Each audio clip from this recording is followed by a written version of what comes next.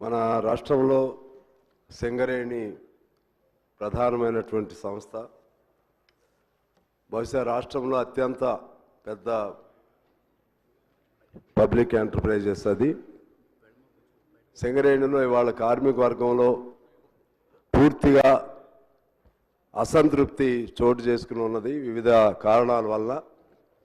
వీటిని సరిదిద్దటానికి ప్రభుత్వం సంబంధిత మంత్రులు కానీ లేదా ఆ ప్రాంతంలో సింగరేణి కార్మికులతో సంబంధం ఉన్న నియోజకవర్గాల ప్రతినిధులు కానీ వాళ్ళందరితో కలిసి ఒక మీటింగ్ ముఖ్యమంత్రి గారే స్వయాన ఏర్పాటు చేస్తే ఆ సమస్యలకు పరిష్కారం లభిస్తుంది.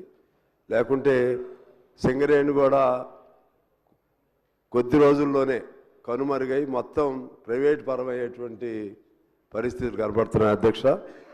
దానికి సంబంధించి కొన్ని అంశాలు సమయం తీసుకోకుండా నేను పాయింట్ వైజ్గా చదివి త్వరగా ముగిస్తాను అధ్యక్ష.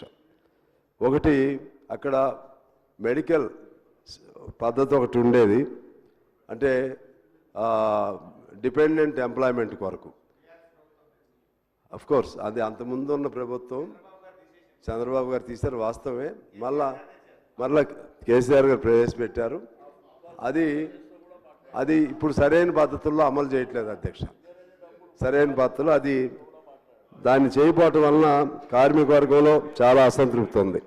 అదేవిధంగా ఇప్పుడు వయసు 35 నుంచి 40 సంవత్సరాలు పెంచారు కారుణ్య నియామకాలు. దాన్ని వివిధ కారణాలతో ఎలో చేయట్లేదు. మెడికల్ బోర్డు కూడా పేరుకి నేమ్ సేక్ జరుపుతున్నారు తప్పితే కార్మికుల పిల్లలకి అవకాశం కల్పించట్లేదు. సొంత ఇంటి పథకం లేదు అక్కడ. దానికోసం చిన్న చిన్న పరిశ్రమలే సొంత ఇళ్ళు కట్టిస్తున్నారు. అలాగే మారు పేర్ల సమస్య పరిష్కారం. మారు పేర్లతో ఆ రోజుల్లో ఎక్కేవాళ్ళు, వాళ్ళ పిల్లలు ఇవాళ అన్యాయం అవుతున్నారు. వాళ్ళకి అవకాశం కల్పించాలి. అలాగే నూతన గనుల ఏర్పాటుకు సంబంధించి మనం సరే అక్కడ సెంట్రల్ గవర్నమెంట్ పెట్టినటువంటి ఆ యాక్ట్ వల్ల మన సింగరేణికి వచ్చే మైన్స్ ప్రైవేట్ వాళ్ళకి వెళ్తూ ఉన్నాయి. సరే సాధ్యమైన మేరకు సింగరేణి వాటిని సంపాదించుకోవాలి. సంపాదించుకున్న తర్వాత అక్కడ బొగ్గు అనేది ప్రైవేట్ వాళ్ళకి ఇవ్వకుండా సింగరేణి కార్మికులు చేయాలనే నిబంధన ఉంది. దాన్ని ఉల్లంఘిస్తున్నారు అధ్యక్ష. ఆ బొగ్గు వరకైనా సింగరేణి కార్మికులకు అవకాశం ఇవ్వాలి. అలాగే సింగరేణికి దాదాపు 43,000 కోట్ల బకాయిలు జెన్కో సంస్థ ఉంది అధ్యక్ష. దాన్ని ఏదో ఒకటి పరిష్కారం చేయాల్సినటువంటి అవసరం ఉంది. అలాగే సింగరేణి కార్మికులకు సంబంధించి పెర్క్స్ అని ఉంటుంది అధ్యక్ష.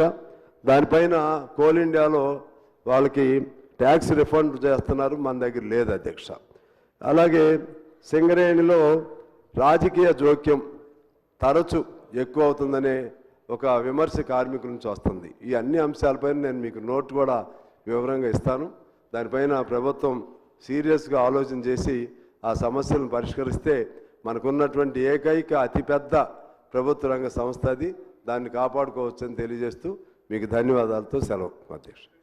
శ్రీ కౌశిక్ రెడ్డి గారు నోట్ చేసుకోవడం జరిగింది అధ్యక్ష, సభ్యులు చెప్పినటువంటి అంశం.